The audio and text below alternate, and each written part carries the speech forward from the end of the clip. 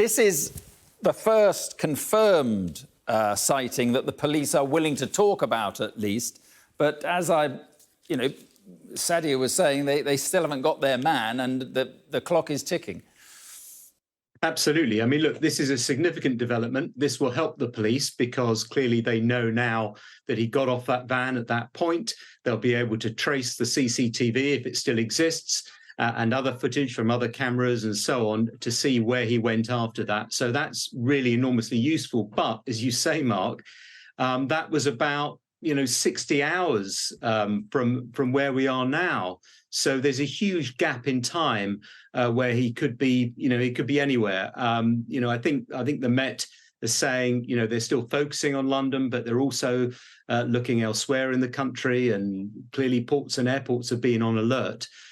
So they're certainly not publicly revealing if they've got any other information as to where he is, but it's clearly a start.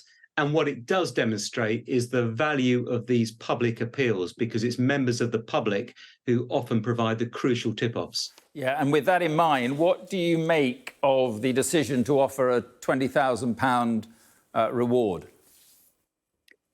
Well, look, that's a fairly standard sort of offering in cases like this, where you've got a suspect, where there's a manhunt, and you're trying to encourage people who might be sheltering that individual or who might have some information about him to come forward and so on. So it's a nod to the fact that there might be some people who are harbouring him or know where he is, and it's trying to tempt them to come forward. I'm not sure that those rewards have a great value, to be honest. I think if you talk to police, I think they would struggle to name you many cases in which that reward has been paid out. But it's certainly worth doing, isn't it? And, I mean, it does seem, from what that senior officer was saying, that the public is still very much, as you were saying, key in all this. Yeah, the public's key, but that's just one part of it. There's a huge amount of work going on behind the scenes.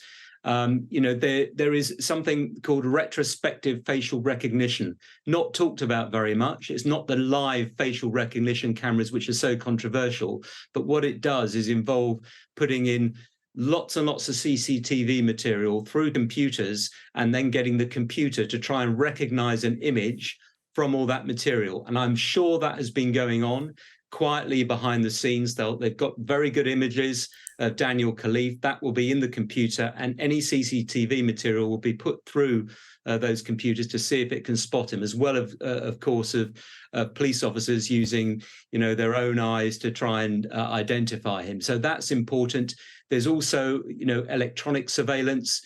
If he's got a phone, or if he's managed to get access to a phone, then they will surely, I am sure, be monitoring the phone lines of anyone associated with him, relatives, friends, other associates, to see whether at some point he makes a call. If he's by himself, then he has to surface at some point. He needs provisions, he'll need some money, he'll need some food or drink and so on. And that's really the opportunity to try and swoop. If he's being assisted by someone, then it becomes hugely more difficult. What did you make, Danny, of the Met Commissioner saying that one line of inquiry is that it could be an inside job? Because that becomes then very difficult for the prison authorities, because it's then either a, corruption or bribery involved here, or it's a, massive security failure. Well, there's clearly a security failure, whether it's inadvertent or whether it's deliberate. I think the commissioner, if you listen to the whole interview, I think he was just saying, look, we're keeping an open mind. All options are being looked at, whether he had assistance from a prison officer, whether he had help from another prisoner, or whether it was someone outside, or whether he just has done it all by himself. I don't think he was really ruling anything in or out. And indeed, Dominic Murphy's just said, nothing is off the table in terms of where he is or if he's being assisted. So I'm not reading too much into it, Mark. My own view is I've got a feeling this is going to be down to a terrible error in terms of lax searching facilities. Getting some information in now about a delivery driver who used to do deliveries to Wandsworth, who said they never checked underneath his van. You know, they used to do pat-down searches, take his phone, look inside the vehicle, but they didn't look underneath it. That's a terrible flaw. And I'm sure someone like Daniel Khalife, who was a soldier, will have observed that, will have noticed that, has seen that that's a weakness and exploited it. And of course, we know that in 2019, the exact same thing happened. In 2019, a prisoner escaped from Wandsworth. He made off in a court security van, a Serco van, by clinging to underneath it as it made its way out of the gates. He was recaptured. I don't think it was as high profile as this, but you know, the same thing has happened again just 4 years later. Yeah, it does seem that way. Danny, appreciate your time. Thanks very much.